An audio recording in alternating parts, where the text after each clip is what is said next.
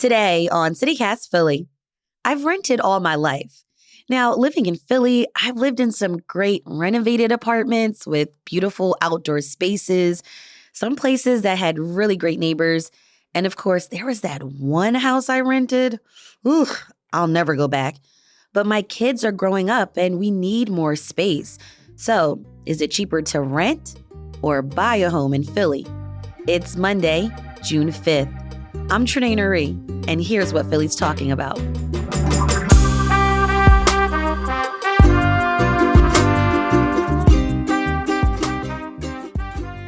Mikael Bond, you're the residential real estate reporter for the Philadelphia Inquirer. You recently wrote about a new analysis by the online real estate brokerage company, Redfin, that says in March, buying a home in Philly was slightly cheaper than renting. I mean, price-wise, how much are we talking about? What's the difference here? Yeah, well, it's funny because, or maybe not funny, but depending on where you stand, but this really goes back and forth. I mean, it depends on the month, really, and the quarter we're talking about, whether something, home renting or home buying is more affordable. Because I wrote, last year, renting was more affordable in certain circumstances in Philadelphia and other counties. And now fast forward to March 2023, and it's a little bit cheaper to buy rather than rent, about $130 per month, which does add up. So I was about to say, that's not much of a difference. It's not nothing, but Right. But it's slightly cheaper to buy. So it really is just kind of based on your personal choices about whether you want to buy or rent. So it's just kind of where you are with your life and life stage you're at. If you're moving around a lot or you're staying put, just a lot of factors go into it. But one of them that people think about is, the affordability. And so this is one small piece of people's kind of calculus when they're trying to figure out whether they should buy or rent. Now, do we know what the typical amount or like the average amount people are paying for rent these days? So Redfin looked at 50 kind of the most populous metro areas in the country. And that analysis found that in most places across those 50 US metros, it's cheaper to rent compared to buying. And so Redfin found that the typical rent is $2,715, and the typical monthly mortgage payment was $3,385. So that's a difference of $670 per month. So keep that in mind. So that's nationwide. And then in Philadelphia, our region, our general area, monthly rent was about $2,000, and monthly mortgage payment was $1,869.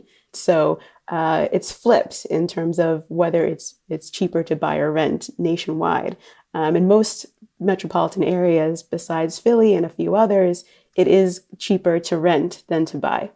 Okay, so if a mortgage is slightly cheaper, if I'm a first-time home buyer, is it really easier for me to actually buy a home in Philly? That's a good question, because with this Redfin analysis, they looked at monthly costs of owning versus renting. So that means, for renting, your rent. For home owning, it means your mortgage payment. And they included insurance in that and interest rates. And so that's a very basic way to look at housing costs, because we all know it's not just, as a homeowner, it's not just your monthly costs that you need to worry about. You have to worry about upkeep, maintenance, and just kind of the things that come up if your water heater dies, your AC dies, something like that. And taxes too, right? Right, and taxes and things like that. So this is a very kind of basic level comparison here with this one analysis, but so much more goes into the calculation of whether to buy or rent than just your monthly costs of paying your mortgage. And one thing that is really a big barrier for a lot of folks, especially first-time home buyers, is the down payment.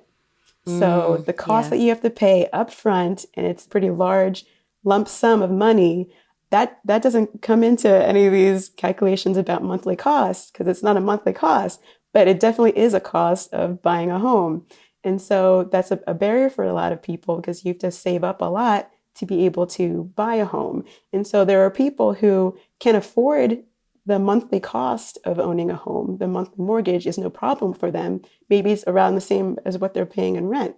But that first upfront cost is what keeps them from being able to buy a home. Are there programs in the city that will help some of those initial costs when purchasing a home?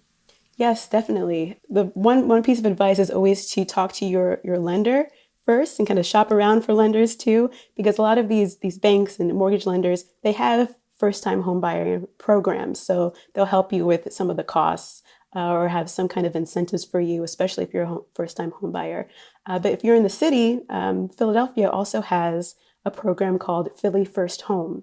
And so that's a down payment assistance program where you can get up to $10,000 towards your initial costs, so closing costs, including down payment. And that's a program that, it is relatively new. It's only been around for a few years. And it was actually, it had to be stopped a few years ago because there wasn't enough funds for it. A lot of people wanted the money, of course. Everyone wanted a piece, yeah. And so they ran out of money. And so I wrote last year, it was about a year ago now, last May, the city brought it back. So now it's back. People can apply to get that money. And you do have to go on the website, Philly First Home. There are some, requirements that you have to meet to be able to be eligible, income requirements, things like that. So if you're, a first-time home buyer and you're looking for some help, that's a good place to start looking. That's a great tip. And like you said, this all comes down to affordability and preference, right? Now, I guess in general, could you talk about some benefits of home ownership? Sure, yeah. Well, so, it's a choice, a personal choice, right? So depending on your different circumstances, it might make more sense to rent or own. But some of the benefits of home owning are the equity that you build. So you're paying off your mortgage every month and more of the home technically is yours. And right, so, belongs to you. right. And so instead of the bank. So right. You're paying that off. And so, you can use that equity that you build in your home to, take out loans, to pay for education, start a business. You can use that equity for you and the goals that you have. And then when of course, when you eventually sell your home, appreciation being what it is, you will most likely have a profit when you sell your property. And so you can use that to buy, another home or do whatever you want with that. And so that's something that, gives a leg up to folks who already have a home that they're selling to buy another one, and why they have a leg up over first-time home buyers, because first-time home buyers, they don't have that property to use to kind of move up to a different, bigger property that they might want. So if that's kind of another issue of there's a lack of starter homes for people kind of to start on that ladder of building equity in home ownership. So, the lower priced homes that people need to start out with, there's fewer of those.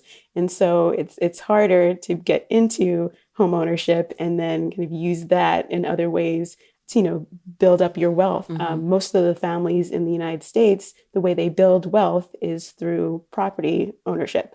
So, that's something you can leave your children, grandchildren, that wealth that accumulates through the years.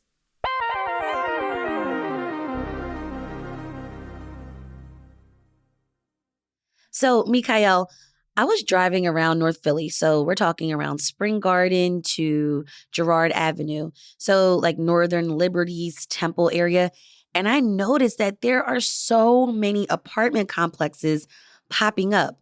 What are the pros and cons of renting a space in the city?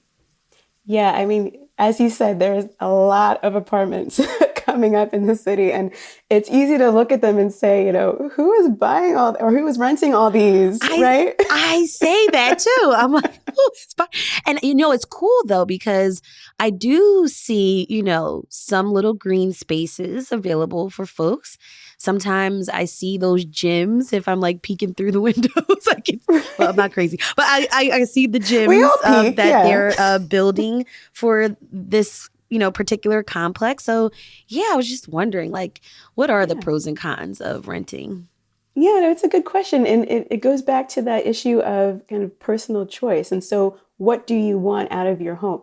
So, someone who, for example, doesn't know if they're going to stay where they're at for a while, they may not want to buy because, they might move in a year and it just wouldn't make sense to buy and then turn around and sell a year later because they wouldn't have that price appreciation that they'd want. And they might even lose money if they hold on to their properties for that short a time. So if you're someone who doesn't know where you want to end up, if you're moving a lot for work or for job, different opportunities, renting could be a good choice for you because you have that flexibility. After that year's up, your lease, you're free to go elsewhere if you want Right. to. Right. So But that's they a do raise the rent they sometimes. do. Right. We're going to go into some of the cons, but Right. as a pro, you're able to move around. And if, your rent does go up in one place, you could look elsewhere and see if another spot is more affordable. So that's one pro is, if you're a more migratory person, if you're not going to stay in one place for a while, you look into renting as an option. And you just mentioned kind of the amenities. A few years ago, one of my colleagues I don't think she coined it, but there's the idea of amenity wars. And so these apartment complexes, they're trying to attract renters, and there's so many options for renters now that, how do you attract renters? And one of the ways that these properties are trying to do that is by offering all these amenities. So, a pool, a fitness center, roof decks, dog parks, greenhouses, things like that. All these And things they that, let you know, like, the coffee shops and grocery stores nearby, and right, yeah, exactly. And what schools are what schools, nearby, yeah. parks are nearby, those kinds of things. So not just the property's amenities, but the neighborhood's amenities. So yeah, the apartments are really trying to attract people that way. Because like you mentioned, there's just so many apartments that are available. And yeah, so that's one way. But so that's a pro for renters, though, if you want to have those amenities and you don't want to, pay to have your own pool or do the upkeep for that, or a gym membership or things like that. So those are some pros for renters. Now, you also recently wrote that Philly has a reputation as an affordable place to buy a home. What is it about our city that makes that possible? Yeah. So our area, the Philadelphia area, our home prices don't appreciate as fast as other parts of the country. We're more stable. So we don't have the wild swings up and down like some other places do, kind of boom towns like Austin, Texas, where things just kind of go, and especially during the pandemic, just kind of shot up. So that's a pro for us, just our steadiness, that prices kind of move more incrementally. They'll go up, but not as far or fast. And just kind of where we are, where we're situated between kind of major cities of New York and DC on the East Coast, we're more affordable than those places. So prices aren't as high, renting or owning. And so the one thing too I want to note is that they're relatively more affordable home prices here. And so there are going to be people who can't afford to be homeowners in Philadelphia, even though compared to the more expensive cities, it's not as expensive. So I don't want to kind of overlook that, because looking at our incomes here, they're pretty low relatively. And so there's that balance there between home prices and incomes, and our low incomes are really what make homes unaffordable here and not high home prices. There's the other aspect of kind of what is affordable, what's affordability. Right. And so the kind of federal definition is if you spend less than 30% of your income on housing, then that's an affordable home. Wow. And right. And so it's one of those things where, okay, I just what don't does want that to really put my mean? whole paycheck in my rent or my mortgage. Like, yeah. And so it's one of those things, and it's been talked about whether we need to kind of rethink that percentage, or kind of because I think Yes. a lot of people pay more than that. So I'm putting in my request. We need to change this. So looking ahead, like, what are the projections looking like? What could change in the next year? Well, one thing that has been changing, and we'll keep an eye on it, are mortgage interest rates.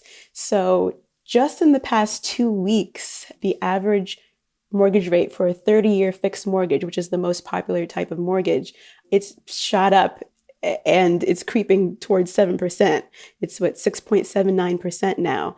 So that interest rate has been climbing up recently. It was really low, a couple years ago in the kind of throes of the pandemic, and then it's just been creeping up since then. But watching to see what mortgage interest rates do is going to be big in the coming year because, it really can depend. Mortgage interest rates and what they are can really decide whether someone can afford a home or not and how much home they can afford. So someone who might have been able to afford, a $200,000 house at a 3.5% interest rate, that same house at a 6.5% interest rate is unaffordable. So they have to kind of lower their price range, what they're looking at. So looking at that, and we've been told for a while now that a recession's coming. So what happens with people's jobs and inflation and just the cost of everything going up, and that leaves less money for things like, paying a rent or mortgage. So those are some of the things that just kind of keeping an eye on in the next year to see how they have big effects on the housing market. So if those mortgage interest rates go down, then more people will be able to afford homes. So we'll have to see. Residential real estate reporter for the Philadelphia Inquirer, thank you so much for breaking this all down for us on CityCast Philly. Thank you. We'll have a link to Mikael's full story and Philly's first home program in our show notes. And here's what else Philly's talking about. We've been seeing a lot of junkyard fires in the city lately. Philly saw 2 scrap yards burn last week alone, and many people say they have seen smoke and smelt burning trash and tires. Billy Penn made a list of junkyard fires that have happened in the city over the past 12 months. You can check that out in the Hey Philly newsletter. And Wildcats Revenge, the newest roller coaster at Hershey Park, is now open. According to 6ABC, this is the first ever hybrid roller coaster at the park. So what this means is that it has a steel track with a wooden frame. It also comes with a 140-foot hill, a plunge into an 82-degree drop, and speeds up to 62 miles per hour. The name Wildcats Revenge pays honor to Hershey Park's first roller coaster, which was called the Wildcat, which was purchased back in 1923. And with more summer fun just around the corner, you'll hear our CityCast Philly Summer Entertainment Guide later this week.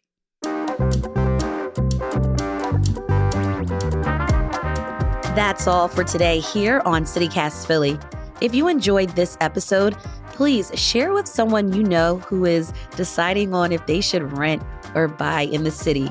Rate the show, leave us a review, and hit that subscribe button. Be sure to sign up for our morning newsletter too. It's called Hey Philly. We'll be back tomorrow morning with more news from around the city. Bye.